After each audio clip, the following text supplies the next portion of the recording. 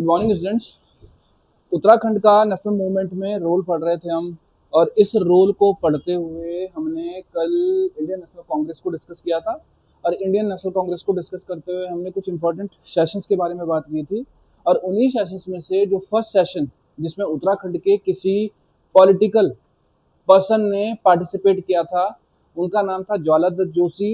And ज्वालादत्त Joshi ने कांग्रेस के second session में कलकत्ता में पार्टिसिपेट किया था।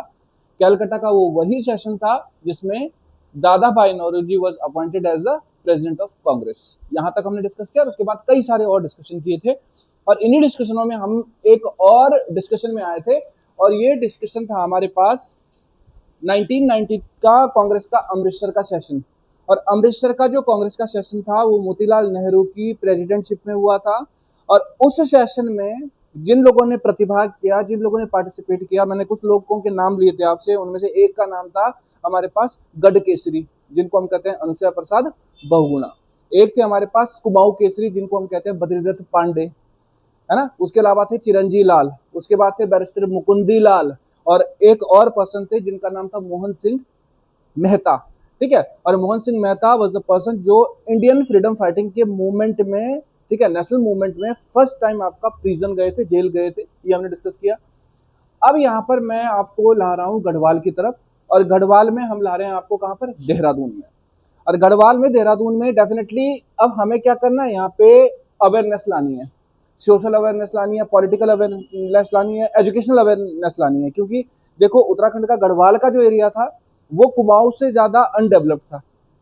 कुमाऊं में फिर भी ब्रिटिशर्स ने आपका डायरेक्टली रोल किया, लेकिन गढ़वाल का जो क्षेत्र था, गढ़वाल का जो एरिया था, इसमें प्रिस्टी स्टेट भी वर्क कर रही थी। ठीक है। तो गढ़वाल के एरिया में अब आपका जो है हमें क्या करना है, यहाँ पर जो भी आपका पॉलिटिकल एजेंडाज हैं उसको किसी एसोसिएशन के थ्रू, किसी ऑर्गेनाइजेशन के थ्रू उठाना है।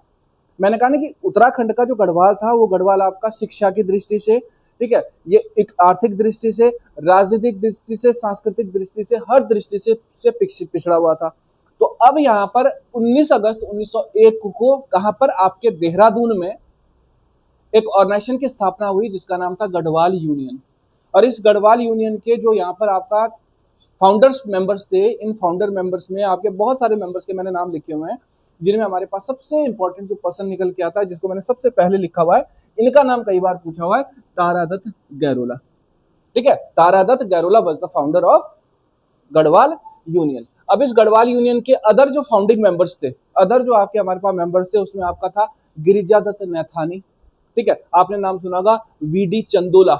ये कुछ और बड़े नाम थे उत्तराखंड के जो ऑर्गेनाइजेशन से जुड़े, लेकिन की पर्सन जो था वो कौन था, तारादत्त गैरोला था। इनके नाम से ये क्वेश्चन 2-3 बार एग्जाम में पूछ लिया है।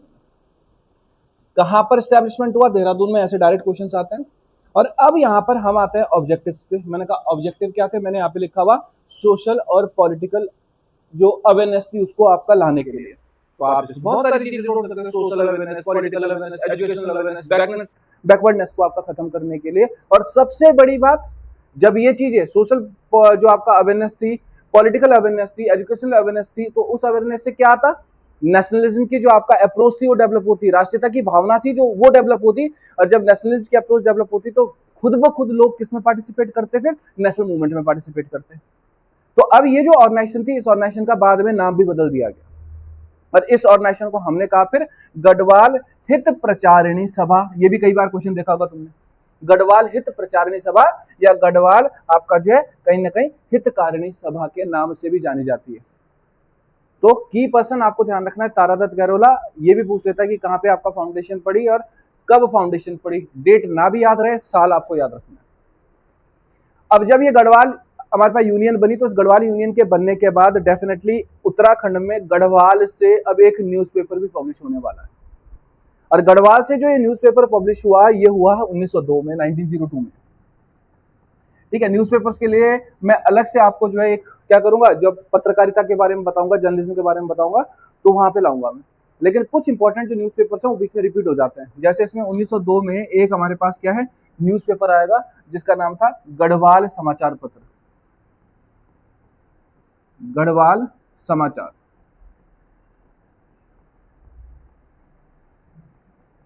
गढ़वाल समाचार पत्र। ये गढ़वाल से पब्लिश होने वाला पहला वर्नाकुलर यानी हिंदी भाषा का न्यूज़पेपर था। ठीक है, क्या था? हिंदी भाषा का न्यूज़पेपर था, ये ध्यान रखना है। बाकी डिटेल हम बाद में डिस्कस करेंगे इसकी। एक टॉपिक हमारे पास ये आया। अब फिर कुमाऊं में चलते हैं, और कुमाऊं में जब लेके जाऊंगा आपको, तो कुमाऊं में हम आते हैं एक ऑर्गेनाइजेशन में जिसका नाम था हैप्पी क्लब। क्या नाम था? Happy club. अब देखो, जो हमारे पास नौजवान होते हैं, ठीक है, जो यूथ होती है, उस यूथ का बहुत बड़ा रोल होता है किसी नेशन को बनाने में, है। और ये बात अच्छी तरह से समझते थे यहाँ पे हमारे पास कौन? पंत ब्रदर्स। आपने नाम सुना होगा गोविंद वल्लभ पंत, आपने नाम सुना होगा हरगोविंद पंत का।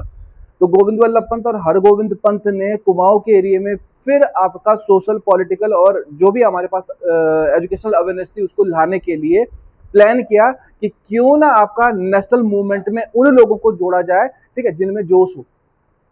ठीक है, वो थे युवा, वो थे आपका कौन? हमारे पास जो यंगस्टर्स थे। तो यंगस्टर्स में नेशनल आपका जो अप्रोच थी उसको डेवलप करने के लिए, नेशनलिज्म की अप्रोच को डेवलप करने के लिए, राष्ट्रीयता की भावना को आपका प्रमोट करने के लिए happy organisation was established in the year 1903 in Almora. 3 question आते हैं। पहला, हैप्पी क्लब कब स्टैब्लिश हुआ? 1903 में। हैप्पी क्लब को कहां पर स्टैब्लिश किया? अल्मोड़ा में। हैप्पी क्लब के फाउंडर मेंबर्स कौन से थे? हैप्पी क्लब के फाउंडर्स मेंबर्स में हमारे पास गोविंद वल्लभ पंत और हरगोविंद पंत जैसे लोग थे। तो अब यहां पर जब नेशनल मूवमेंट में युवाओं का जोर आया, युवा जुड़े, ठीक है, हमारे पास यंगस्टर्स जुड़े, तो इसका इंपैक्ट भी दिखेगा हमें। और वो इंपैक्ट दिखेगा हमें अल्मोड़ा के ही एक गांव में जिसका नाम था खत्याड़ी गांव, खत्याड़ी विलेज। ठीक है, अब ये जो खत्याड़ी विलेज है, इस खत्याड़ी विलेज के बारे में अगर मैं बात करूं तो पहले हम बात करते हैं किसके बारे में? हम बेगार के बारे में। बेगार, ठीक है। और बेगार की अगर हम बात करते हैं तो बेगार जो हमारे पास कस्टम था,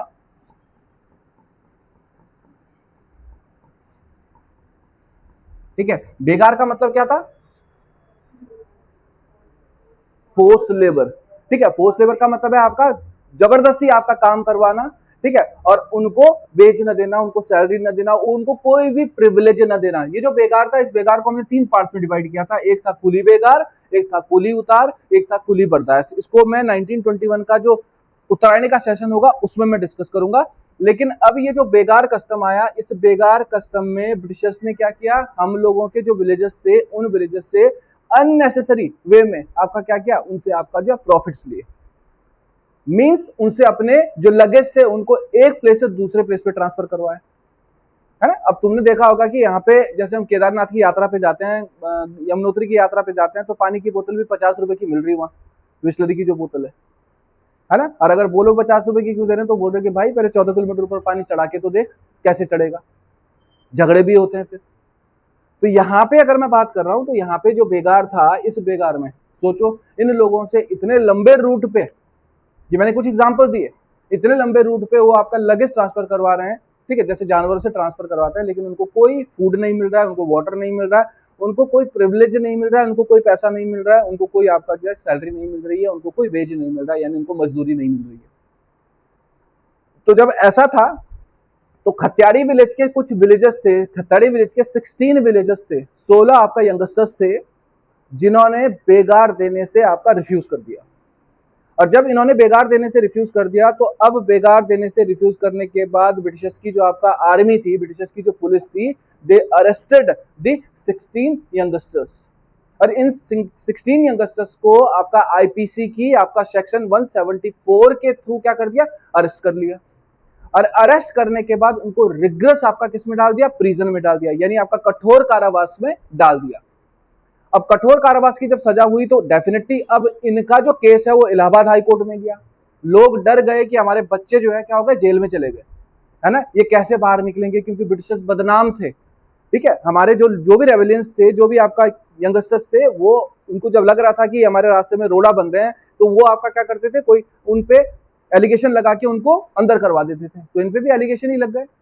अब ये एलिगेशन लगने के बाद फायदा हमारा क्या हुआ कि हमें ये पता चल गया कि भाई जो हमारे पास कोर्ट है, जो हमारे पास क्या है, हमारे पास अदालतें हैं, वो किसके फेवर में? वो आपके सच के फेवर में। तो 1903 में जो ये 16 विलेजर्स थे, यंगस्टर्स थे, जब इनको अरेस्ट किया गया तो इनको अरेस्ट करने के बाद जब केस चला इनका इलाहाबाद हाई कोर्ट में, तो इलाहाबाद हाई कोर्ट ने इनके फेवर में डिसीजन दिया। और जब इनके फेवर में डिसीजन दिया तो इनको ऑनर के साथ आपका क्या कर दिया, इन्होंने आपका रिलीज कर दिया, जेल से बाहर कर दिया। तो इससे एक चीज मिल गई हमें, एक एजुकेशन मिल गई, एक शिक्षा मिल गई कि जब हम क्या करते हैं, सही का साथ देते हैं तो हमारे साथ सही होता है। हमें यह एहसास हो गया कि कोर्ट हमारे फेवर में है, तो अब हम ब्रिटिशर्स की जो आपका क्या है यहाँ पे इलॉजिकल आपका पॉलिसीज हैं उनको क्रिटिसाइज कर सकते हैं, उनके अगेंस्ट आपका लॉबिंग कर सकते हैं, और हमने करनी भी स्टार्ट की। तो बहुत बड़ा इंसिडेंट नहीं था, लेकिन इतना जरूर है कि लोगों को मोटिवेट कर गया। क्या मोटिवेट कर गया कि ब्रिटिशर्स के अगेंस्ट आवाज उठाई जा सकती है, और कई लोग इसके बाद उठ के आए कुली बेगार को लेके भी। आगे आओ। अब बच्चों ये क्वेश्चन देखा होगा आपने, अभी हाल ही में किसी पेपर में पूछा हुआ था, ठीक है। ये हमारे पास नाम है हरिराम त्रिपाठी। आपने वंदे मातरम का नाम सुना है? वंदे मातरम किसने लिखा था?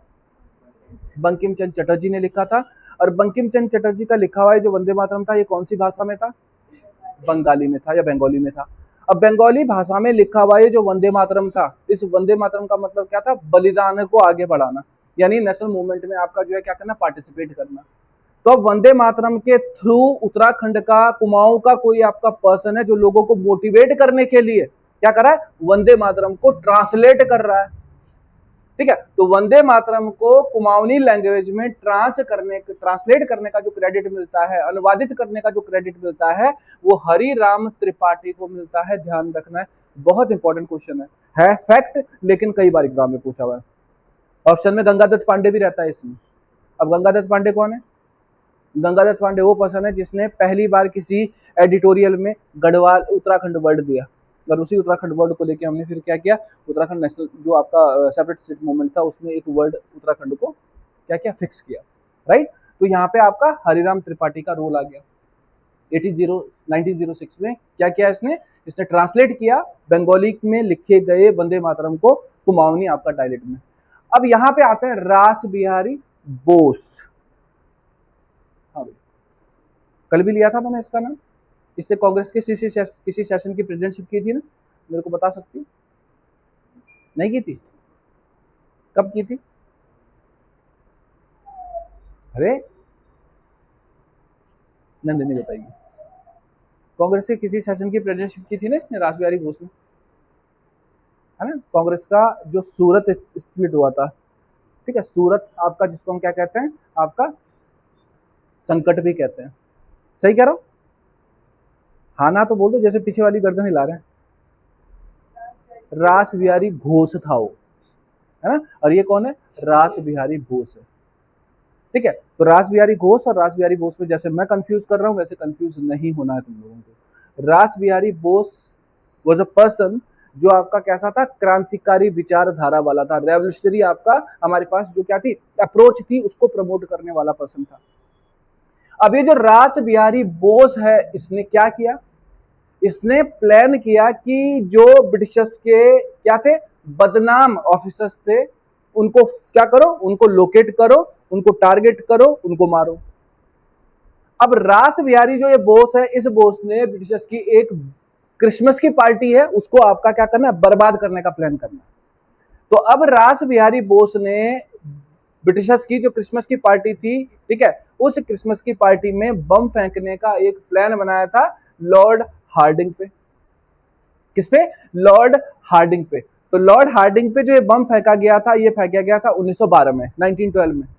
और 1912 में जो ये हार्डिंग पर बम फेंका गया, इस बम आपका फेंकने के इंसिडेंट में हार्डिंग बच गया, है। लेकिन अब धरपकड़ शुरू हो गई किसकी? इन लोगों की जिन्होंने आपका बम फेंका। यही तो रीजन था, उसके बाद ये भाग कर निकल गए इंडिया से बाहर, राइट। तो ये जो आपका पर्सन है हमारे पास, रास बिहारी बोस, जिसने हार्डिंग पर वायसराय जो था उस टाइम पे 1912 में, ये वही हार्डिंग है जिसके टाइम पे इंडिया की कैपिटल आपका कलकत्ता से दिल्ली आई है, ठीक है। ये वही हार्डिंग है जिसके टाइम पे आपका 1911 में आपका कांग्रेस का जो सेशन था, उस कांग्रेस के सेशन में, ठीक है, बेसिकली कांग्रेस के सेशन से पहले जॉर्ज पंचम इंडिया आया था और उसने आपका बंगाल के डिवीजन को कैंसिल किया था, राइट। तो ये जो हार्डिंग है, इस हार्डिंग पे आपका बम फेंकने का प्रोग्राम जो बना, वो सारा प्रोग्राम तुम्हारा देहरादून में बना। ठीक है। और देहरादून में बना तो आप देखोगे कि ये जो आपका रास बिहारी बोस है, इस रास बिहारी बोस के बारे में बताते हैं कि ये देहरादून में आपका किसमें फॉरेस्ट रिसर्च इंस्टीट्यूट में आपका वर्क करते थे, और उसी फॉरेस्ट रिसर्च इंस्टीट्यूट में वर्क करते हुए एज अ क्लर्क इन्होंने क्या किया था, यहाँ पे ये पूरा षड्यंत्र रचा था। ये पूरी आपका जो इन्होंने किया थी, आपका प्लानिंग की थी, प्लॉटिंग की थी। इस प्लानिंग को इन्होंने देहरादून में ही किया। इसके लिए स्पेशली इन्होंने फॉरेस्ट रिसर्च इंस्टीट्यूट से छुट्टी भी दी थी।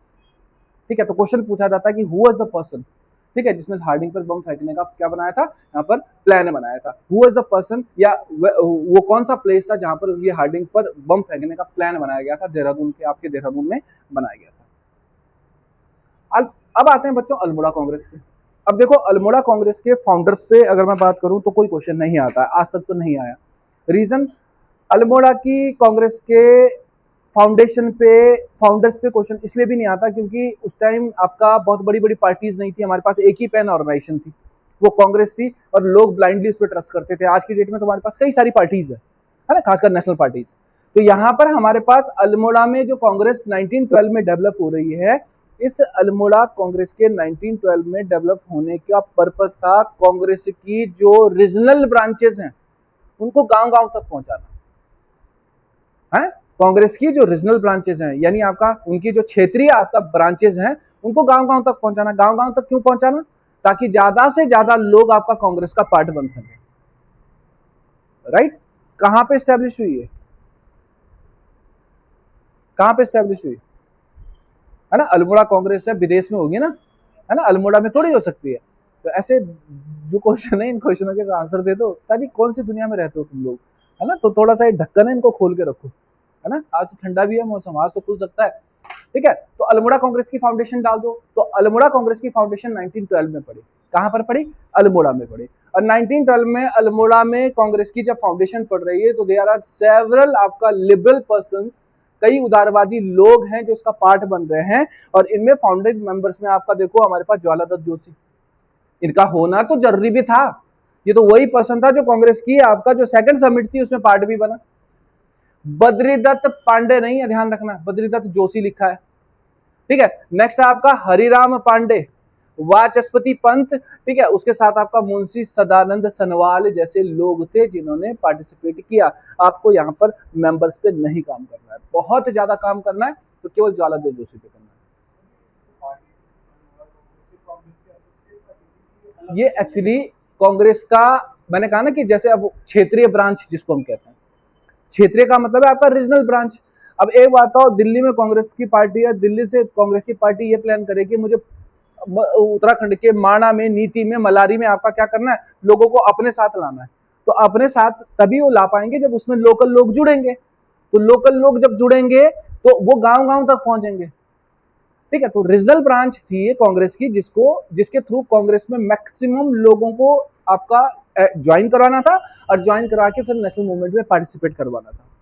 तो अब 1912 में जब एस्टेब्लिश हुई तो मैंने कहा there are several names, but आप दो नामों को, ज्वाला दत्त जोशी को, और इसको भी मैं इसलिए कह रहा हूं क्योंकि यहाँ पे बद्रीदत्त पांडे और बद्रीदत्त जोशी पे क्वेश्चन आता है। तो Badridutt Joshi was the person जिसने आपका क्या किया, यहाँ पे फाउंडेशन डाली। फाउंडेशन डालने के पीछे रीजन, अब कांग्रेस हमने परसों पढ़ी थी, है ना, कांग्रेस की जब फाउंडेशन पढ़ी तो कांग्रेस की फाउंडेशन के पीछे क्या पर्पस थे, इंडिया के लिए एक पैन ऑर्गेनाइजेशन बनाना, एक बड़ी आपका पार्टी बनाना। और इस पार्टी का काम क्या था, नेशनल मूवमेंट में सबको रिप्रेजेंट करे। कैसे, गोली मार के, बंदूक चला के नहीं, कॉन्स्टिट्यूशनल वे में।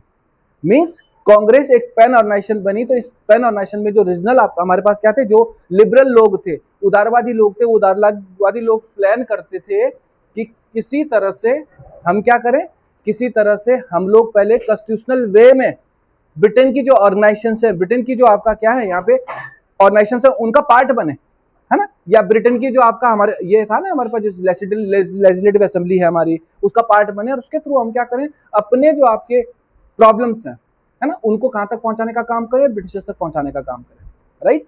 तो यहाँ पे अब इसका भी ऑब्जेक्टिव सेम ही तो होगा, बस एक फर्क है कि यहाँ पर रीजनल आपका ब्रांच बन रही है ताकि कुमाऊं का जो एरिया था उसको सेंटर से जोड़ा जा सके। ठीक है। कुमाऊं की जो प्रॉब्लम्स हैं, अब वो प्रॉब्लम्स बहुत सारी हैं, सोशल हैं, पॉलिटिकल हैं, एजुकेशनल हैं, जितनी भी प्रॉब्लम्स हैं वो प्रॉब्लम्स आपका जो है सेंटर तक पहुंच पाए और मैक्सिमम लोग नेशनल मूवमेंट में पार्टिसिपेट कर पाए। अब सवाल यह है कि जब ये कांग्रेस अल्मोड़ा कांग्रेस बनी 1912 में, तो इस अल्मोड़ा कांग्रेस में 1926 में एक आपका ऑर्गेनाइजेशन का मर्जर हुआ था जिसका नाम था कुमाऊं परिषद, जिसको हम कहते हैं कुमाऊं काउंसिल। कुमाऊं काउंसिल अभी बनी नहीं, अब बनेगी। तो एक क्वेश्चन जो रेगुलर रिपीट होता है इस टॉपिक को लेके वो ये होता है कि अल्मोड़ा कांग्रेस में कौन सी ऑर्गेनाइजेशन का मर्जर हुआ, या अल्मोड़ा कांग्रेस में कुमाऊं काउंसिल का मर्जर किस ईयर में हुआ था, ठीक है, या 1926 में अल्मोड़ा कांग्रेस में कौन सी काउंसिल आपका मर्जर हुई। इस तरह से क्वेश्चंस आते हैं, वो क्वेश्चंस भी हम आगे देखेंगे। आगे आओ। हिंदी प्रेम सभा। हिंदी प्रेम सभा नाम से ही पता चल रहा है हिंदी है ना, और हिंदी हमारी हम कहते हैं मातृभाषा है ना। अब इस हिंदी को हमें क्या करना है, प्रमोट करना है। अगर मैं यहां पर इसकी बात करूं हिंदी प्रेम सभा की, तो हिंदी प्रेम सभा से पहले मैं तुम्हें काशी में आपका ले जा रहा हूं, काशी नागरिक प्रचारणी सभा पे 1893 में। और 1893 में काशी नागरिक प्रचारणी सभा वाज एस्टैब्लिश्ड बाय श्याम सुंदर दास। अब श्याम सुंदर दास ने 1893 में जो काशी नागरिक प्रचारणी सभा को एस्टैब्लिश किया था, उसका बेसिक पर्पस था हिंदी को आपका प्रमोट करना, और हिंदी को प्रमोट करते हुए हिंदी के डेवलपमेंट को आपका जो है क्या करना, आपका जो है आगे बढ़ाना, ठीक है, ताकि आपका लिटरेचर में, पोएट्री में, प्रोज जो भी होता है उसमें आपका हिंदी को बेटर प्लेस मिल सके, है ना। और दूसरी बात, हमारे जो लोग थे वो पढ़े लिखे भी तो कहाँ थे ज्यादा। जब लोग पढ़े लिखे नहीं थे तो एक बात कहूं, मैंने कहा कि मुझे नेशनल एजेंडा बनाना है और मुझे नेशनलिज्म के अप्रोच को आपका प्रमोट करना है, तो जब उनको लैंग्वेज ही नहीं आएगी तो कैसे समझाओगे, है ना। बच्चा तो है नहीं कि अपने माँ के एक्सप्रेशन समझ जाए या माँ बच्चे के एक्सप्रेशन समझ जाए। तो यहाँ पे लैंग्वेज हमें बैरियर दिख रहा था एक दूसरे के साथ कम्युनिकेट करने में। क्यों? क्योंकि रीजनल लैंग्वेजेस ज्यादा थी, क्षेत्रीय भाषाएं ज्यादा थी, तो हमें एक ऐसी भाषा चाहिए थी जिसके थ्रू हम पूरी कंट्री में एक आपका किसके साथ, आपका एजेंडे के साथ काम कर सके, ठीक है, और उससे कहीं ना कहीं यूनिटी भी दिख सके। तो अब ये श्याम सुंदर दास ने 1893 में जब बनाया तो काशी में बनाया था, काशी नागरिक प्रचारणी सभा। इसी से इंप्रेस होके, इसी से मोटिवेट होके हमारे पास काशीपुर में आते हैं। देखो काशी से सीधा काशीपुर में आ गए, और ये काशीपुर कौन से डिस्ट्रिक्ट में, उधम सिंह नगर में, ठीक है। अब ये जो काशीपुर है, इस काशीपुर में बड़ा फेमस मेला भी लगता है। कौन सा मेला लगता है? हाँ भाई, चैती का। और चैती देवी का एक और नाम क्या है? बाला सुंदरी। एक और नाम क्या है? उकना माई। एक और नाम क्या है? उज्जैनी देवी, है ना। तो अब यहाँ पर ये वो ही काशीपुर है जिसमें क्या हो रहा है, जिसमें हमारे पास काशी नागरिक प्रचारणी सभा की तर्ज पर का हिंदी प्रेम सभा को स्टैब्लिश किया जा रहा है 1914 में। And the founder of this organisation was Pant ji. कौन? गोविंद वल्लभ पंत। अब गोविंद वल्लभ पंत ने हिंदी प्रेम सभा को बनाया, तो इस हिंदी प्रेम सभा को बनाने का पर्पस एक्चुअली काशीपुर के एरिया से नेशनल मूवमेंट में कई लोग पार्टिसिपेट कर रहे थे, खासकर रेवोल्यूशनरीज बहुत ज्यादा निकल रहे थे, क्रांतिकारी बहुत ज्यादा निकल रहे थे। और इन क्रांतिकारियों को रोकने के लिए ब्रिटिशर्स ने क्या किया, ब्रिटिशर्स ने आपका काशीपुर को ब्लैक लिस्ट कर दिया। अब जब ब्रिटिशर्स ने जब इनको ब्लैक लिस्ट कर दिया, तो यहाँ से अब नेशनल मूवमेंट के लिए जो लोग थे वो लोग आपका क्या हो गए, वो बॉन्डेड थे, वो बंद गए। क्यों? क्योंकि पूरी तरह से ब्लैक लिस्टेड हो गया। तो अब यहाँ पे इन्होंने सहारा लिया हिंदी का, और हिंदी के थ्रू आपका जो मोटिवेशनल हमारे पास स्पीचेस थी, मोटिवेशनल जो आपका पोएट्रीज थी, जो लिटरेचर था, वो पब्लिक तक पहुंचाने का जो काम किया अंडरग्राउंड रहते हुए, वो इसी ऑर्गेनाइजेशन ने किया। तो हिंदी प्रेम सभा को स्टैब्लिश करने का जो क्रेडिट मिलता है गोविंद वल्लभ पंत को मिलता है। और इन्होंने अपनी सीक्रेट जो आपका स्ट्रेटेजी थी, प्लानिंग थी, उस प्लानिंग के थ्रू पॉलिटिकल जो आपका क्या थी, यहाँ पे आपका अवेयरनेस थी, ठीक है, सोशल जो अवेयरनेस थी वो आपका पहुंचाने का काम किया लिटरेचर के माध्यम से, लिटरेचर के आपका थ्रू, ठीक है। ये आपको ध्यान रखना है। छोटे छोटे पार्ट्स आते हैं नेशनल मूवमेंट में, बहुत सारे पार्ट्स ऐसे आएंगे। और अब आते हैं बच्चों यहाँ पर होम रूल पे। अब होम रूल की अगर हम बात करें तो होम रूल को उत्तराखंड में डिस्कस करने से पहले हम नेशनल मूवमेंट में आपका देखते हैं। सबसे पहले आप एक पर्सन का नाम बताओ जिसने स्वराज वर्ड दिया। दादा भाई नौरोजी, बाल गंगाधर तिलक। बाल गंगाधर तिलक किससे इंस्पायर्ड थे? दयानंद सरस्वती, आर्य समाज के फाउंडर थे ना। Dayanand Saraswati was the person जिसने स्वराज वर्ड दिया, और इसी स्वराज को फिर लोकमान्य बाल गंगाधर तिलक ने पकड़ा, और लोकमान्य बाल गंगाधर तिलक ने पढ़ा तो उन्होंने तो एक आपका जो है स्लोगन भी दे दिया, स्वराज मेरा जनसिद्ध अधिकार है ना। उसके बाद कांग्रेस ने आपका फिर स्वराज पार्टी बनाई 1923 पे, कांग्रेस से अलग होके कई लोगों ने। तो अब उसी स्वराज से एक वर्ड आ रहा है हमारे पास, होम रूल। होम रूल का मतलब क्या आता है? स्वशासन, अपना ही शासन, अपने लोगों का शासन। अब आयरलैंड की अगर हम बात करें, हम बात करते हैं कहां से? आयरलैंड से।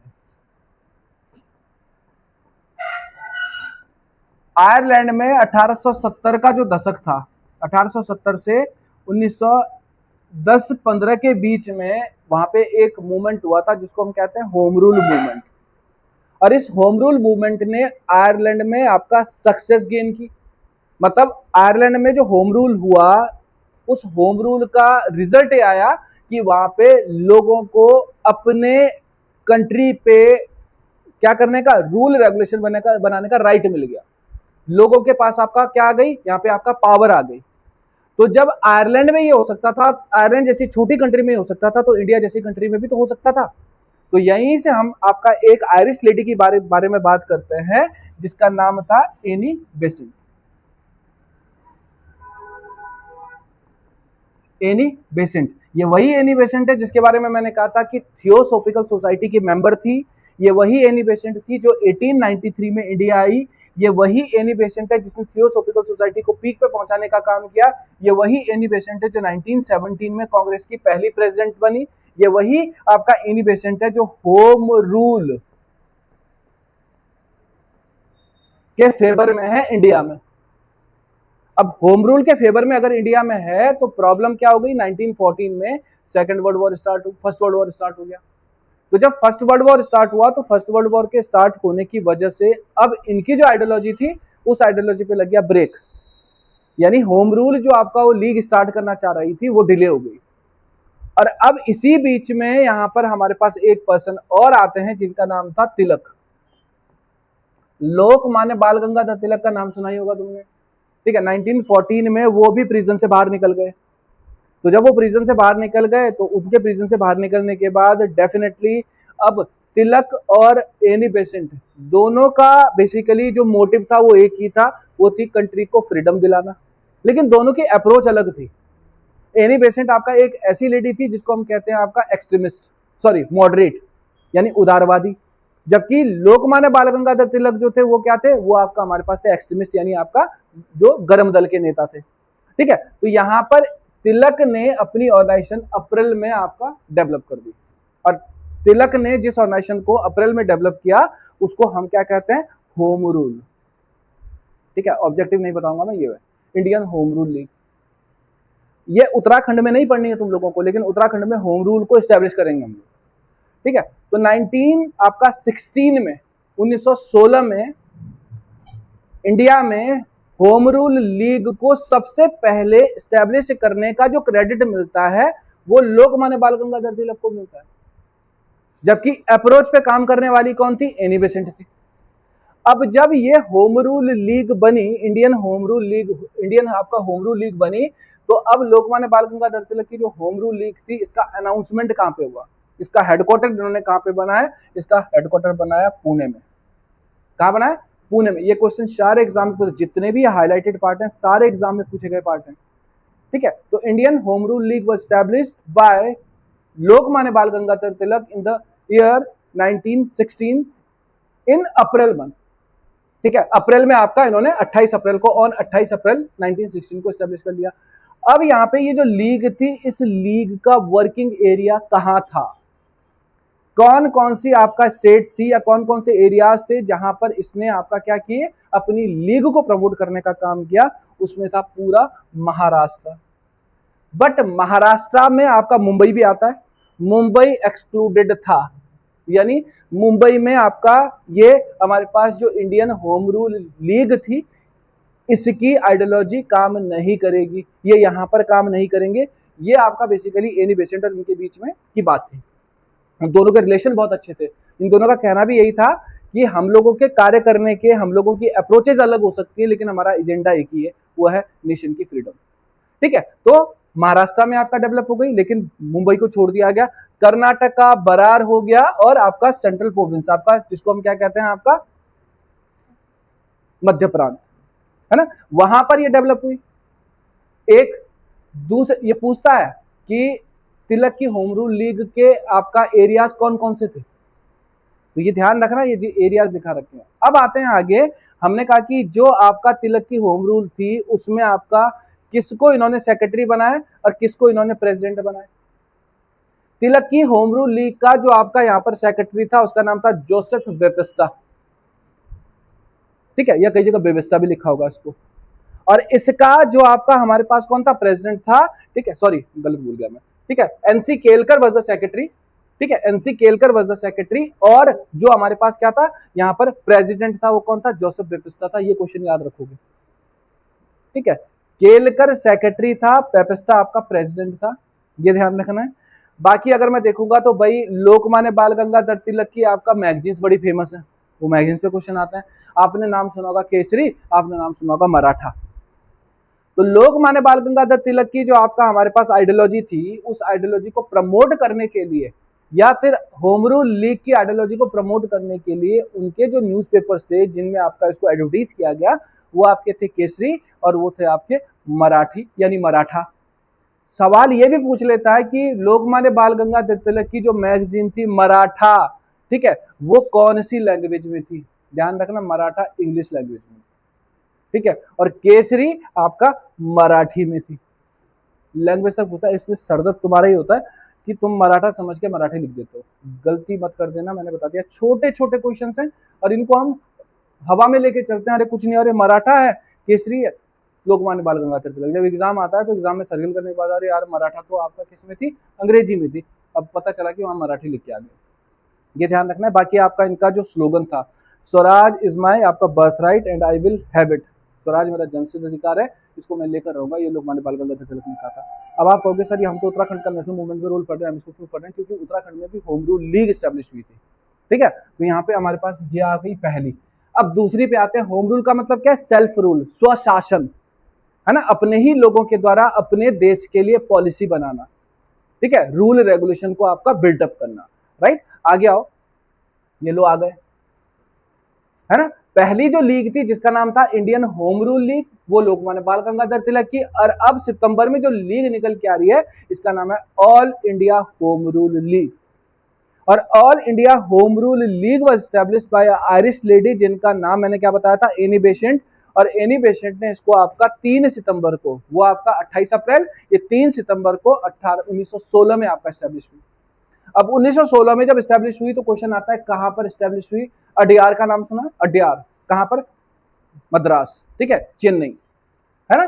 तो अड्यार में एस्टैब्लिश हुई थी, क्वेश्चन एग्जाम में पूछा हुआ कहां पे एस्टैब्लिश हुई, उसने पुणे में एस्टैब्लिश की, इसने कहां पे आपका मद्रास यानी अड्यार में एस्टैब्लिश की। अब ये ऑर्गेनाइजेशन जब बनी, ठीक है, तो इस ऑर्गेनाइजेशन को बनाने के बाद डेफिनेटली यहाँ पर हु वर द पर्संस जिनको बेसिकली सेक्रेटरी और प्रेसिडेंट या फिर आपका ट्रेजर बनाया गया, ट्रेजर यानी आपका जिसने ट्रेजरी को देखने का काम किया। तो जॉर्ज अरुंडेल का नाम सुना होगा आपने, बहुत फेमस आपका हमारे पास ये लीडर रहे हैं। तो जॉर्ज अरुंडेल सेक्रेटरी बने, वीपी वाडिया आपका ट्रेजरर बने, ठीक है, और इसकी प्रेसिडेंट खुद कौन थी, एनी बेसेंट। तो यहाँ पे किस पे क्वेश्चन आता है, जॉर्ज अरुंडेल पे क्वेश्चन आता है कि सेक्रेटरी कौन था, जॉर्ज अरुंडेल था, ठीक है, वहां पे कौन था, केलकर, एनसी केलकर, राइट। अब आते हैं यहाँ पर कि एनी बेसेंट की जो ये मूवमेंट है, एनी बेसेंट की जो लीग है, ये इंडिया के किस किस पार्ट में आपका डेवलप हुई। तिलक और एनी बेसेंट के बीच में डिसाइड हुआ था कि जहां पे तिलक की लीग काम करेगी वहां पे किसकी नहीं करेगी, एनी बेसेंट की लीग काम नहीं करेगी। तो मैंने महाराष्ट्र लिखा था पीछे, महाराष्ट्र का कौन सा एरिया था जहां पे तिलक की लीग काम नहीं कर रही थी, तो मुंबई में इसकी लीग काम करेगी, ठीक है। बाकी जितने भी एरियाज थे, बरार था, है ना, उसके बाद आपका कहां था, हमारे पास सेंट्रल प्रोविंस था, वहां पे तो आपका किसकी थी, उसकी थी। तो इंडिया का जो रिमेनिंग पार्ट है, उस रिमेनिंग पार्ट में आपका किसकी लीग काम करेगी, यहाँ पर all India home rule league काम करेगी, यानी एनी बेसेंट की लीग काम करेगी, ये आपको ध्यान रखना है, ठीक है। बाकी ये बस यही है, देखो लिखा है यहाँ पे कि जिन एरियाज में तिलक की लीग नहीं थी वहां पे इन्होंने काम किया। मुंबई पे क्वेश्चन आता है एक्चुअली इसमें, है ना, मुंबई आपका देख लेना। बाकी इसके जो आपका न्यूज़पेपर्स है, जैसे आपका कॉमनवेल्थ का नाम सुना होगा और आपका न्यू इंडिया का नाम सुना होगा, ये हमारे पास मद्रास स्टैंडर्ड के नाम से आपका पहले एडिट होता था, पब्लिश होता था। बाद में इसका नाम क्या बना, न्यू इंडिया बना। इन्हीं न्यूज़पेपर के थ्रू इन्होंने अपनी जो आइडियोलॉजी था उस आइडियोलॉजी को प्रमोट करने का काम किया। ठीक है, तो क्वेश्चन न्यूज़पेपर्स को लेके भी कौन कौन सा है, कॉमनवेल्थ का आपका एडिटर कौन था, ठीक है, यहाँ पे न्यू इंडिया का एडिटर कौन था, यंग इंडिया का कौन था, तुम तो यंग ही हो, बच्छेंद्र बताएगा है, क्या कहा इसने, मैं नहीं आया था, मैं कह रहा हूं ये लिखा है न्यू इंडिया, मैंने कहा यंग इंडिया का एडिटर कौन था, हाँ भाई ईशान, पता मैं तुमसे वो मैगजीन पूछ रहा हूँ जो मैगजीन लगातार एग्जाम में आती है, महात्मा गांधी थी, ठीक है, एम के मोहनदास करमचंद गांधी, महात्मा गांधी की आपका मैगजीन थी। तो कंफ्यूजन होता है न्यू इंडिया में, यंग इंडिया में, ठीक है, न्यू इंडिया मॉडर्नाइजेशन को आपका प्रमोट कर रही है आपका कौन, एनी बेसेंट, और यंग इंडिया आपका महात्मा गांधी की मैगजीन, ठीक है, ये हमारे पास थे बच्चों। तो अब यहाँ पे पता क्या हुआ, देखो ये तो एनी बेसेंट को लेके हमें कुछ लिखने की जरूरत नहीं है यहाँ पे। तो इंडिया में जब होम रूल लीग आई तो उत्तराखंड में भी होम रूल लीग आ गई, लेकिन समस्या क्या है कि उत्तराखंड में जो होम रूल लीग आई उसके कहते हैं कि वो उत्तराखंड में कब स्टैब्लिश हो गई थी, 1914 में, 1914 में स्टैब्लिश हो गई थी। क्या ये पॉसिबल है कि नेशनल आपका अगर हम पॉइंट ऑफ व्यू से देखें तो 1916 में आ रही है और उत्तराखंड में 1914 में आ रहे हैं, तो डिस्प्यूटेड क्वेश्चन है ना। ग्रुप सी ने जनरली क्वेश्चन पूछा है और इस ग्रुप सी के क्वेश्चन का आंसर इन्होंने 1914 दिया था, लेकिन इसके बारे में बहुत ज़्यादा डिटेल हमें नहीं मिल पाती है कि who were the founder members of the, ठीक है, होम रूल लीग, ठीक है, establish in the area of Uttarakhand. तो होम रूल लीग को आपको ध्यान रख लेना है अगर नेशनल मूवमेंट के पॉइंट ऑफ से यहाँ पे आपका काम आता है। अब आते हैं आपका एक और ऑर्गेनाइजेशन पे, एंड इस ऑर्गेनाइजेशन का नाम है हमारे पास कुमाऊं परिषद, ठीक है, इंग्लिश में कहते हैं इसको कुमाऊं काउंसिल। अब ये जो कुमाऊं परिषद है, कुमाऊं काउंसिल है, पिछले 3-4 साल से जो पैटर्न आया, पहले अल्मोड़ा कांग्रेस पे ही क्वेश्चन पूछता था, अब सरदर्द हो गया किससे, कुमाऊं काउंसिल से। तो कुमाऊं काउंसिल यानी आपका कुमाऊं परिषद को स्टैब्लिश करो, और कुमाऊं परिषद को स्टैब्लिश करने के बाद अभी हमने कांग्रेस के सेशंस पढ़े थे, अब हमें किसके सेशंस पढ़ने पड़ेंगे यहाँ पे, इस आपका जो है कुमाऊं काउंसिल के सेशंस पढ़ने पड़ेंगे। ज्यादा सेशंस नहीं है, लेकिन जो भी सेशंस हुए हैं उनके एडिटर, उनके प्रेसिडेंट और प्रेसिडेंट के साथ किस एरिया में हुए, ठीक है, वो हमें ज्यादा फोकस करना पड़ेगा। तो अब ये जो आपका हमारे पास कुमाऊं काउंसिल बनी, कुमाऊं परिषद बनी, इसको बनाने का पर्पस क्या था बच्चों, देखो पर्पस वही था जो पहले भी था, लेकिन एक पेन ऑर्गेनाइजेशन नहीं बन पा रही थी कुमाऊं के एरिया में। मीन्स कुमाऊं के एरिया में छोटे छोटे कई सारी ऑर्गेनाइजेशन तो बन गई, लेकिन उन ऑर्गेनाइजेशन के बनने के बाद, जैसे कांग्रेस थी, कांग्रेस का एजेंडा तो आपका नेशनल था, फ्रीडम। अल्मोड़ा कांग्रेस बनी तो उनका बेसिक मोटिव क्या था कि नेशनल मूवमेंट में लोगों को जोड़ो। तो वहां से आपका क्या हो रहा था, हमारे लोकल जो एजेंडे थे उनको आपका क्या नहीं मिल रहा था, उनका कंसिडरेशन नहीं मिल रही थी। हमें तो लोकली भी अपने आप को स्ट्रॉन्ग करना था। तो अब कुमाऊं में कुछ आपका हमारे पास लोग आए, लिबरल ही थे, उदारवादी ही थे, जिन्होंने अब प्लान किया कि कुमाऊं में एक ऐसी ऑर्गेनाइजेशन होनी चाहिए जो कुमाऊं के लोकल मुद्दों को, लोकल आपका जो क्या होंगी प्रॉब्लम्स होंगे, उनको हाईलाइट कर सके, उन पे काम कर सके। और उत्तराखंड में इस टाइम पे जो प्रॉब्लम्स चल रही थी वो था फॉरेस्ट पॉलिसीज को लेके, उत्तराखंड में आपका जो ब्रिटिशर्स टैक्सेशन लगा रहे थे उसको लेके, उत्तराखंड में ब्रिटिशर्स आपका जो क्या कर रहे थे यहाँ पे बेगार लगा रहे थे उसको लेके। तो उसको लेके कोई ऑर्गेनाइजेशन ऐसी नहीं थी जो बेसिकली बात कर रही थी, है ना। न्यूज़पेपर्स के थ्रू ये काम हो रहे थे, लेकिन एक ऑर्गेनाइजेशन जो प्रॉपर वे में इनको क्रिटिसाइज कर सके, इनके अगेंस्ट लॉबिंग कर सके, ऐसी ऑर्गेनाइजेशन बनी आपका हमारे पास 1916 में, जिसका नाम था कुमाऊं परिषद। डेट नहीं बिलन करोगे कोई दिक्कत नहीं है। तो establish in the year 1916 on 30 सितंबर को बनी। प्लेस है नैनीताल, और नैनीताल में आपका बनने के बाद अब इस ऑर्गेनाइजेशन के जो मैंने ये मोटिव्स लिखे हैं, ये मोटिव्स आपका ऐसा है कि हर साल इसके मोटिव बदले। भाई आज मैं कोई ऑर्गेनाइजेशन बनाऊं तो आज मेरा मोटिव है कि मैं तुम लोगों को पीसीएस बनाऊं, हो सकता है कि कल मेरा मोटिव हो तुम्हें मैं आईएएस बना दूं, हो सकता है कि तीसरे दिन आपका मैं बोलूं कि छोड़ो सरकारी नौकरी, तुम प्राइवेट ऑर्गेनाइजेशन में जाओ। मतलब सिचुएशन के अकॉर्डिंग उत्तराखंड की जो लोकल प्रॉब्लम्स थी उन प्रॉब्लम्स को हाईलाइट करना is the main concern of this organisation.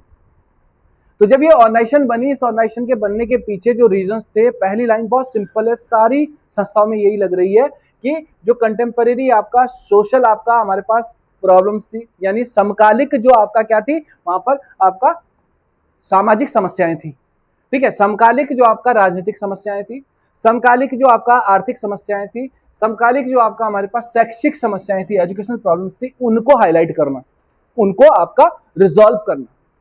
साथ में यहां पर आपका जो है प्रोटेस्ट अगेंस्ट बेगार,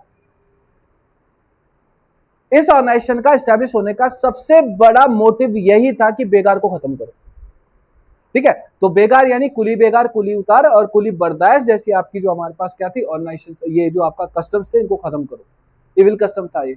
और दूसरा मैंने कहा ब्रिटेन की जो आपका फॉरेस्ट आपका रूल्स थे, फॉरेस्ट रूल्स की वजह से ब्रिटेन यहाँ के लोकलाइट पे जो बाउंडेशंस लग रही थी, है ना, वो अपने फॉरेस्ट से ही आपका क्या नहीं थे, नेचुरल रिसोर्सेज यूटिलाइज नहीं कर पा रहे थे, है ना। उस टाइम पूरा जो फॉरेस्ट था, ठीक है, तो पूरा जो विलेज था वो फॉरेस्ट पे डिपेंडेंट था। मैंने कहा ना आज की डेट में तुम्हारे पास इलेक्ट्रिसिटी है, आज की डेट में तुम्हारे पास इलेक्ट्रिसिटी है तो कई सारे साधन है, इंडक्शन आप यूज कर रहे हो, ठीक है, आप एयर फ्रायर आप यूज कर रहे हो, सारी चीजें आप यूज कर रहे हो।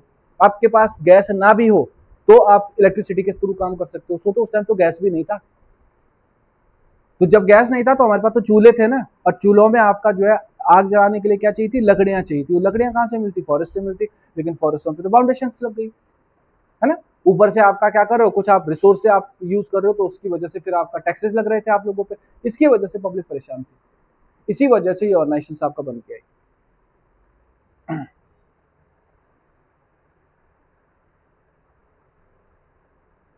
ठीक है, तो अब आपका बेसिकली जब ये एजेंडाज खत्म होते तब हम नेशनल अप्रोच की तरफ जाते, तब हम आपका जो है कहीं ना कहीं फ्रीडम की बात करते।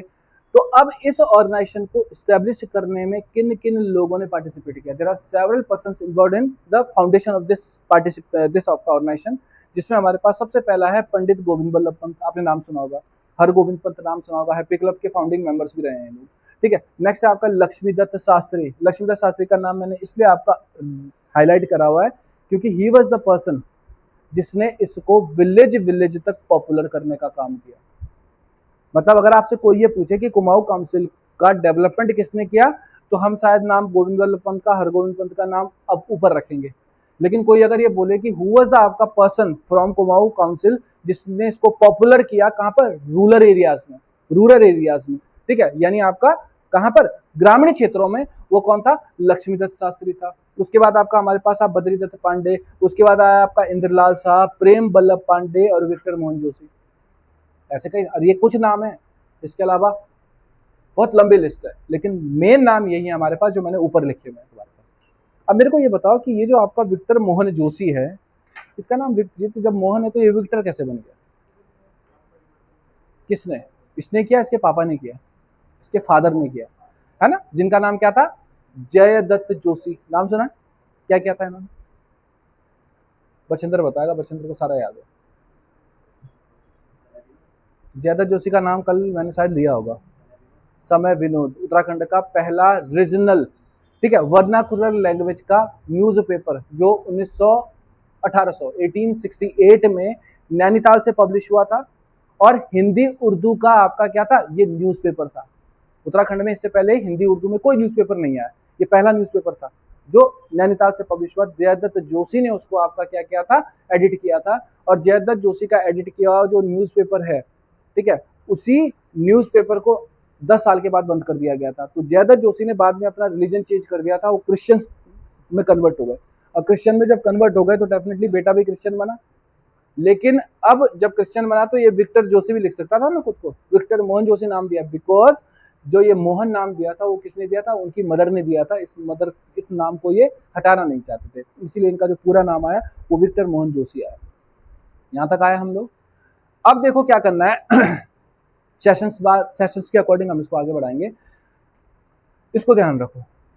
एक क्वेश्चन हाल ही में, मुझे नहीं पता पीसीएस में आया, लोअर पीसीएस में आया, एफआरओ में आया, आरओ में आया, एआरओ में, नहीं पता मुझे, लेकिन एक क्वेश्चन आया था कि उत्तराखंड में जो कुली बेगार चल रहा था, यानी ये जो इविल कस्टम चल रहा था, इस इविल कस्टम को कहीं ना कहीं ब्लॉक करने के पॉइंट ऑफ व्यू से who was the person from Uttarakhand जो गांधी जी से मिलने कहाँ गया था, कैलकाटा गया, ठीक है। तो गांधी जी से मिलने कैलकाटा जाने वाला जो पर्सन था वो था कुमाऊं केसरी। अब ये कुमाऊं केसरी बना नहीं है, अभी ये बद्रीदत्त पांडे ही है। कुमाऊं केसरी हम इसको 1921 में कहेंगे, जब आपको कौन सा वो होगा, उत्तरायणी में आपका जो कुली बेगार का मूवमेंट होगा। तो अब मैं कह रहा हूं कि 1919 में बद्रीदत्त पांडे वेंट टू कैलकाटा, और कलकत्ता जाने के बाद इन्होंने उत्तराखंड में जो ये इविल कस्टम चल रहा था इसकी इन्फॉर्मेशन गांधी जी को दी, और गांधी जी को देने के बाद गांधी जी से उन्होंने आपका बेसिकली क्या किया, यहाँ पर एक तरह से उनसे रिक्वेस्ट की कि वो उत्तराखंड में आके इस इविल कस्टम के अगेंस्ट मूवमेंट स्टार्ट करें। गांधी जी को क्यों कहा? गांधी जी नेशनल फिगर तो नहीं बने थे इस टाइम पे, अगर देखा जाए तो गांधी जी नेशनल फिगर बने आपके कब, जब आपका गांधी जी का पहला मूवमेंट जो नेशनल मूवमेंट था जिसका नाम था नॉन कॉपरेशन मूवमेंट, वो स्टार्ट हुआ। उस टाइम तो नॉन कॉपरेशन मूवमेंट भी स्टार्ट नहीं हुआ था, गांधी जी प्लानिंग कर रहे थे नॉन कॉपरेशन मूवमेंट को करने की, इसलिए तो पहले ही गर्दन नीचे कर दी। हाँ भाई, कुछ बताओगी? राखी, बछेंद्र, आपका नाम क्या है? अनुदीप? नहीं, तुम्हारा नाम अंज जी बड़ा होता है छोटा होता है? अंजित। तुम्हारा नाम तो याद रहता है, मैं अंजीत बोलूं या अंजित बोलूं? अंजित बोलना है या अंजीत बोलना है? नहीं नहीं नहीं, इंग्लिश में नहीं, मैं तो हिंदी में ही बोलूँ। अंजित ना, अंजीत लंबा बोलते हो, ठीक है। तो ये आपका ऑर्गेनाइजेशन बनी। अब यहाँ पे जो मैंने आपसे बात की कलकत्ता में, एक्चुअली गांधी जी 1917 से लेके 1918 के बीच में पॉपुलर हो गए थे। कुछ रीजनल मूवमेंट्स थे जिनमें इनको सक्सेस मिली। जैसे मैं कुछ मूवमेंट्स के नाम लूंगा, एक था आपका हमारे पास चंपावत, एक था चंपारण, एक था खेड़ा, और एक था अहमदाबाद, है ना। जब मैं गलत बोलूँ फट से ठोक दो, अच्छा करते हो, है ना, क्योंकि ये ऑनलाइन भी जा रहा है ना। तो सबसे पहले चंपारण, अहमदाबाद और खेड़ा, ये गांधी जी के कुछ रीजनल मूवमेंट्स थे जिसमें गांधी जी ने लोकल प्रॉब्लम को सॉल्व करने का काम किया। तो डेफिनेटली यहां से जब गांधी जी का नाम आया आगे, तो अब यहां से बद्रीदत्त पांडे भी आपका प्लान करेगा कि इस तरह के रीजनल मूवमेंट में अगर गांधी जी यहाँ पार्टिसिपेट करते हैं तो शायद यहाँ की प्रॉब्लम भी सॉल्व हो जाए। चले गए, लेकिन गांधी जी ने आपका जो है क्या कर दिया, इनको होल्ड पे रखा। क्यों? क्योंकि Gandhi ji was busy in खिलाफत मूवमेंट, और गांधी जी जो खिलाफत मूवमेंट में बिजी थे, उस मूवमेंट के बाद गांधी जी का प्लान था कि किसी तरह से 1920 में फिर वो क्या स्टार्ट करेंगे, जो quit India sorry non cooperation जो मूवमेंट है, असहयोग आंदोलन है, उसको शुरू करेंगे, और उस असहयोग आंदोलन का हिस्सा बनाएंगे किसको, इस आपका जो कुली बेगार को। ये आपका एक बात, और यहीं से आपके लिए सरदर्द ये शुरू हुआ, ठीक है। इसको हम कह रहे हैं कि ये आपका क्या है, यहाँ पर हमारे पास सेशंस हैं जो किसके हुए थे, कुमाऊं काउंसिल के, कुमाऊं परिषद के, और कुमाऊं परिषद के जो ये हमारे पास सेशंस हैं पिछले 3-4 साल के जो पेपर हैं, मतलब कोविड के बाद जो पेपर हुए हैं, उनमें यहाँ से हाईलाइटेड हो रहे हैं क्वेश्चंस। वो कुछ नहीं करता, वो आपका 1917-18 ये 4 लिख के ये प्लेसेस लिख लेगा, मैच द फॉलोइंग। ये क्या करेगा, ये आपका सेशंस को ये 4 सेशन लिख लेगा कि ये सेशंस और इनके चेयरमैन कौन थे, रैंडमली लिख के आप देख लो पुराने पेपर उठा के, यहाँ से बड़े क्वेश्चन आ रहे हैं। डायरेक्ट क्वेश्चन भी आता है कि पहला जो सेशन था उसका प्रेसिडेंट कौन बना, ठीक है। 20 में जो सेशन था उसका प्रेसिडेंट कौन बना, लास्ट सेशन का प्रेसिडेंट कौन बना। तो यहाँ पे ये है, ठीक है। इंपॉर्टेंस मैंने नहीं डाली है, वो जान के नहीं डाली, तो एक एक करके देखते हैं। पहले 1917 बनी कब थी, 16 में, कहाँ पे बनी थी, नैनीताल में, ठीक है। अब ये जो आपका सेशन हो रहे हैं, इसके पहला सेशन हुआ इसका जो आपका वो हुआ था 17 में, और 17 में जो सेशन हुआ, ये सेशन हुआ आपका कहाँ से, कुमाऊं से स्टार्ट करो, है ना। कुमाऊं से बस पकड़ो, कहाँ के लिए, कोटद्वार के लिए, है ना। देख सकते हो आप, अल्मोड़ा से हल्द्वानी आते हो, हल्द्वानी से कोटद्वार आते हो, है ना। जब भी मैं अल्मोड़ा में रहता था ना, जीबी पंथ में जब मैं रिसर्च कर रहा था, तो वहां पे भी आपका जब हम बस पकड़ते तो अल्मोड़ा हल्द्वानी से कोटद्वारी पहुंचते थे, है ना। तो आप ये सोचो कि आप जर्नी पे हो, मतलब रैंडमली मत करना है इसको, पहले गढ़वाल से कुमाऊं से गढ़वाल आओ, फिर गढ़वाल से फिर कुमाऊं की तरफ चले जाओ। तो अल्मोड़ा में पहला सेशन हुआ। अल्मोड़ा के पहले सेशन का जो पहला प्रेसिडेंट था वो था हमारे पास जयदत्त जोशी। यही क्वेश्चन आया था परसों के पेपर में, वीडियो के पेपर में था ये क्वेश्चन, याद ही नहीं होंगे, है ना। तो जयदत्त जोशी वाज द आपका president of this organisation, first president of this organisation. अब ये जो सेशन हुआ जयदत्त जोशी की प्रेसिडेंटशिप में अल्मोड़ा में, इसने डेफिनेटली मैंने कहा इंपॉर्टेंस होगी। हर साल आपका कोई एजेंडा होगा ना, पहला जो एजेंडा था वो एजेंडा था कि 2 साल में 2 इयर्स में ये कुलीबेगार कस्टम को नल एंड वॉइड खत्म करवा देंगे, यानी कुलीबेगार कस्टम को खत्म करवा देंगे, जो एजेंडा रखा, ठीक है। उसके बाद हमारे पास सेकंड सेशन हुआ 1918 में, ये हुआ अल्मोड़ा से आपका हल्द्वानी आता है, हल्द्वानी में आपका तारादत्त गहरोला, ठीक है, हल्द्वानी से आपका तारादत्त गहरोला, और तारादत्त गहरोला की लीडरशिप में ये जो आपका हमारे पास सेशन हुआ, इस सेशन में डिसाइड हुआ कि अब एक साल जो बचा हुआ है, उस एक साल में हम क्या खत्म कर देंगे, कुरी बेगार को खत्म कर देंगे। पीछे कहा था 2 साल, यहां कह दिया 1 साल, ठीक है। बाकी आपका फॉरेस्ट पॉलिसीज को लेके यहाँ पर आपका लॉबिंग करना, जो टैक्सेस थे उनको कम करना, जैसी आपका चीजें भी इंक्लूडेड थी। 1919 में कोटद्वार में बद्रीदत्त आपका जोशी, कंफ्यूज मत होना, ऑप्शन में बद्रीदत्त पांडे भी आता है, तो पहले जोशी जी आएंगे फिर पांडे जी आएंगे, ठीक है। तो 1919 में कोटद्वार में बद्रीदत्त जोशी आपका प्रेसिडेंट बने। अब 1919 में अगर बद्रीदत्त जोशी प्रेसिडेंट बन रहे हैं तो 1919 का जो एजेंडा है, आपको क्या लगता है क्या होना चाहिए? हाँ भाई, बहुत दिन के बाद आ रहे हो, बताओ जरा। तुम्हारी किताब कल भीगते भीगते बच गई, इसलिए मैं आज लाया ही नहीं, है ना। 3-4 दिन से मैंने बैग पे रखी थी, कल ले आऊंगा, है ना। बताओ जरा क्या लगता है। देखो पता क्या करना है, दिमाग ज्यादा दौड़ाना नहीं कि बस यही घूम रहे कोटद्वार बद्रीदत्त पांडे। अरे साल देखो ना, 1919 में क्या हुआ, जलियांवाला बाग इंसिडेंट। लेकिन जलियांवाला बाग इंसिडेंट क्यों हुआ? रोलेट एक्ट आया था, और रोलेट एक्ट क्या था? काला कानून था, है ना। मतलब क्या कर दिया, काला कपड़ा लगा दिया। काला कानून कैसे था? किसी भी पर्सन को डाउट के बेस पे अरेस्ट कर देना, न तो उसको मजिस्ट्रेट दिलाना, न उसको आपका वकील दिलाना, ठीक है, और बिना किसी आपका जो है किसके रीजन के जेल में डाल देना, यही तो था। तो अब जो ये रोलेट एक्ट आया, इस रोलेट एक्ट के अगेंस्ट गांधी जी ने अपना एक सत्याग्रह स्टार्ट किया था, जिसका नाम था रोलेट सत्याग्रह। और 6 अप्रैल को स्टार्ट हुआ था 1919 में, मतलब मेरे को ऐसे देख रहे हैं कि यार ये बोल क्या रहा है ना, ये सही भी बोल रहा है गलत। 6 अप्रैल को 1919 को गांधी जी ने रोलेट सत्याग्रह स्टार्ट किया। और जब गांधी जी ने रोलेट सत्याग्रह स्टार्ट किया रोलेट एक्ट के अगेंस्ट, तो इसके बाद कई लीडर्स थे कांग्रेस के जो अरेस्ट हुए, उसमें गांधी जी भी अरेस्ट हुए जब वो पंजाब जा रहे थे। और सबसे बड़ी सरदर्द तब हुई जब आपका हमारे पास कांग्रेस के पंजाब के 2 बड़े लीडर्स को अरेस्ट कर दिया गया, डॉक्टर सत्यपाल मलिक और एक था सैफुद्दीन किचलू। इन दोनों को जैसे ही अरेस्ट किया, सोच रही हो ऐसा कैसा नाम हुआ है किचलू, है ना। सैफुद्दीन किचलू और सत्यपाल मलिक को जब अरेस्ट कर लिया, तो अरेस्ट करने के बाद देखो बड़े लीडर्स अरेस्ट हो गए, तो अब पंजाब में प्रॉब्लम स्टार्ट हो गई। पंजाब में लोगों ने आपका डिसाइड किया कि वो रोडों पे आके प्रोटेस्ट करेंगे, है ना। और इस प्रोटेस्ट को करने के साथ ही अब ब्रिटिशर्स ने क्या कर दिया, कई लोगों को फिर अरेस्ट कर दिया, और जलियांवाला बाग इंसिडेंट हो गया। कब हुआ जलियांवाला बाग इंसिडेंट?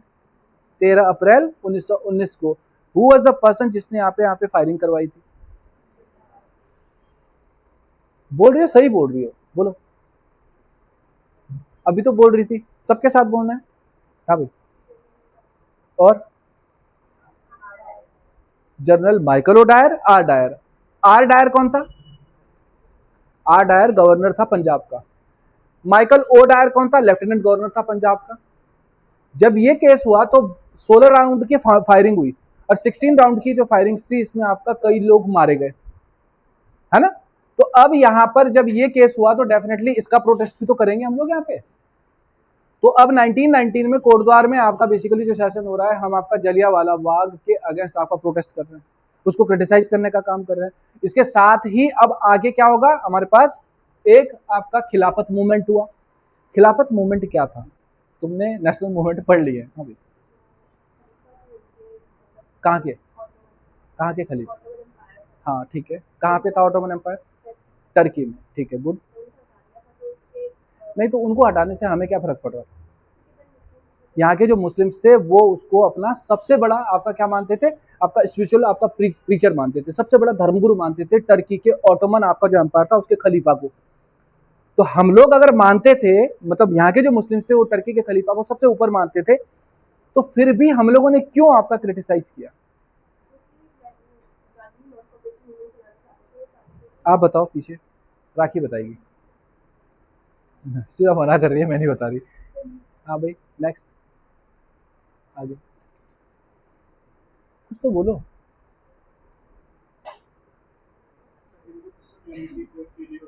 नहीं, हिंदू मुस्लिम यूनिटी तो बाद में आएगी ना, उससे पहले तो आपका ये आएगा कि भाई जो ये प्रोटेस्ट हो रहा है, ठीक है, ये ऑटोमन एम्पायर का के फेवर में जो प्रोटेस्ट हो रहा है मुस्लिम्स का, ये क्यों हुआ? ये इसलिए हुआ क्योंकि Gandhi ji is known as Kaisar Hind, Gandhi ji is known as sergeant. क्यों कहते हैं सार्जेंट गांधी? क्योंकि Gandhi ji was the person जिसने फर्स्ट वर्ल्ड वॉर जब हुआ तो उसमें यहाँ के जो सिटीजन्स थे, यहाँ के जो लोकलाइट्स थे, उनको मोटिवेट किया था कि वो किस में पार्टिसिपेट करें, आर्मी में पार्टिसिपेट करें। गांधी जी की और लोकमान्य बाल गंगाधर तिलक की वजह से फर्स्ट वर्ल्ड वॉर के टाइम पे कई इंडियंस ने आर्मी को ज्वाइन किया ब्रिटेन के फेवर में आने के लिए। अब उसकी वजह से मुस्लिम भी तो हैं जो आपका फेवर में आएंगे, लेकिन मुस्लिम्स ने आपका आर्मी में ज्वाइन करना इसलिए एक्सेप्ट किया था क्योंकि उन्होंने कहा था कि टर्की के ऑटोमन एम्पायर को तुम हाथ नहीं लगाओगे। टर्की के आपके जो बेसिकली कौन था, जो वहां का खलीफा था, ठीक है, उस खलीफा को आपकी पोजीशन को आपका हाथ नहीं लगाओगे। लेकिन ब्रिटेन ने क्या किया 1990 में, ठीक है, उसी ऑटोमन एम्पायर को खत्म करने के लिए खलीफा का जो पोजीशन था उसी को आपका खत्म कर दिया। तो जो यहाँ पे हमारे पास लोग थे, मुस्लिम्स थे, वो ब्रिटिश के अगेंस्ट हो गए। तो ब्रिटिशर्स के जब अगेंस्ट हो गए तो यहाँ पे आपका दिल्ली में दो भाई थे, शौकत अली और मोहम्मद अली, उन्होंने खिलाफत को स्टार्ट कर दिया। और शौकत अली और जो आपका हमारे पास क्या नाम बताया मैंने, मोहम्मद अली, दोनों ने आपका खिलाफत को जब स्टार्ट किया तो गांधी जी ने इसको अपॉर्चुनिटी समझा कि क्यों ना हिंदू मुस्लिम यूनिटी को आपका प्रमोट किया जाए यहाँ से। और गांधी जी आपका बीच में आया, गांधी जी ने आपका खिलाफत को अपने हाथों में ले लिया और फिर प्लान किया कि अब आपका कौन सा मूवमेंट स्टार्ट करेंगे, quit India movement, non cooperation movement start करेंगे। तो यहाँ पे ये जो हमारे पास मूवमेंट है, इस मूवमेंट में बहुत सारे मोटिव, ये आपका जो सेशन इसमें बहुत सारे मोटिव्स है, राइट। 1920 में आओ कि काशीपुर में कौन बना आपका, हरगोविंद पंत। और काशीपुर में हरगोविंद पंत बना, तो काशीपुर में हरगोविंद पंत के बनने के बाद आपका 1920 में हुआ क्या था, गांधी जी का नॉन कॉपरेशन मूवमेंट हुआ था। तो नॉन कॉपरेशन मूवमेंट को सपोर्ट देना एक्सेप्ट किया इन्होंने, ठीक है। अब 1920 से लेके 1923 के बीच में कोई सेशन ही नहीं हुआ। तो 1920 से 30 के बीच में अगर कोई सेशन नहीं हुआ तो कुछ तो हुआ होगा ना, क्यों नहीं हुआ? एक तो गांधी जी का नॉन कॉपरेशन मूवमेंट शुरू हो गया, और गांधी जी का नॉन कॉपरेशन मूवमेंट शुरू होने के बाद फाइनली अगर मैं देखता हूं तो उत्तराखंड में भी 1921 में क्या हो गया, उत्तरायणी का जो आपका मेला था, ठीक है, जो मकर संक्रांति के दिन लगता था, उस दिन यहाँ पर उत्तराखंड में एक पब्लिक गैदरिंग हो गई। इसमें 40,000 एक्टिविस्ट थे जिन्होंने पार्टिसिपेट किया और वहां पर कुली बेगार के अगेंस्ट आपका मूवमेंट स्टार्ट किया। फाइनली जो मूवमेंट हो रहा है हमारे पास 1923 में टनकपुर में हो रहा है। टनकपुर में बद्रीदत्त पांडे आया, ये ध्यान रखना है। तो बद्रीदत्त जोशी और पांडे में कंफ्यूजन होता है, तो मैंने कहा जोशी पहले आए, पांडे बाद में आए, ठीक है। तो यहाँ पे आपका टनकपुर में बद्रीदत्त पांडे, और फाइनली आपका 1926 में गनिया धौली में आपका जो है barrister Mukundlal was the president, ठीक है। और गनिया धौली में बैरिस्टर मुकुंदलाल जब प्रेसिडेंट बने तो यहीं पर इसका मर्जर हो गया, किसके साथ, कांग्रेस के साथ। तो कांग्रेस के साथ मर्जर आपका 1926 में हुआ है, ये भी ध्यान रखोगे। अब लास्ट आपका हमारे पास जो एक यहाँ पे क्या लिखा है, यहाँ पे एक नोट लिखा है, इस नोट को समझो। आपने गोविंद वल्लभ पंत का नाम सुना ही है। गोविंद वल्लभ पंत ने आपका जो है 6 अप्रैल से लेके, ठीक है, 1919 में एक पब्लिक अवेयरनेस मार्च स्टार्ट किया था, चोर गलिया हल्द्वानी से लेके काशीपुर तक, ठीक है। क्यों? क्योंकि बीच में रोलेट एक्ट आया ना 1919 का। तो 1919 के रोलेट एक्ट, जो 1919 में गांधी जी का जो रोलेट सत्याग्रह था, है ना, रोलेट सत्याग्रह जब आया तो रोलेट सत्याग्रह के फेवर में, रोलेट एक्ट के अगेंस्ट आपका जो है एक प्रोटेस्ट स्टार्ट किया था गनिया धौली, चोर गलिया से लेके आपका काशीपुर तक। ये क्वेश्चन एग्जाम में फिर पूछता है वो, ये ध्यान रखोगे आप, ठीक है। तो ये आपका हमारे पास एक बहुत इंपॉर्टेंट टॉपिक था। मैं बार बार कह रहा हूँ कि यहाँ से बहुत सारे क्वेश्चंस निकल के आते हैं, ठीक है। ये हो गया कुमाऊं परिषद, इसको तो हटा दो, ये तुम्हारे मतलब का क्वेश्चन है, पहले लिख लेते हैं, नहीं तो ज्यादा हो जाएगा ना।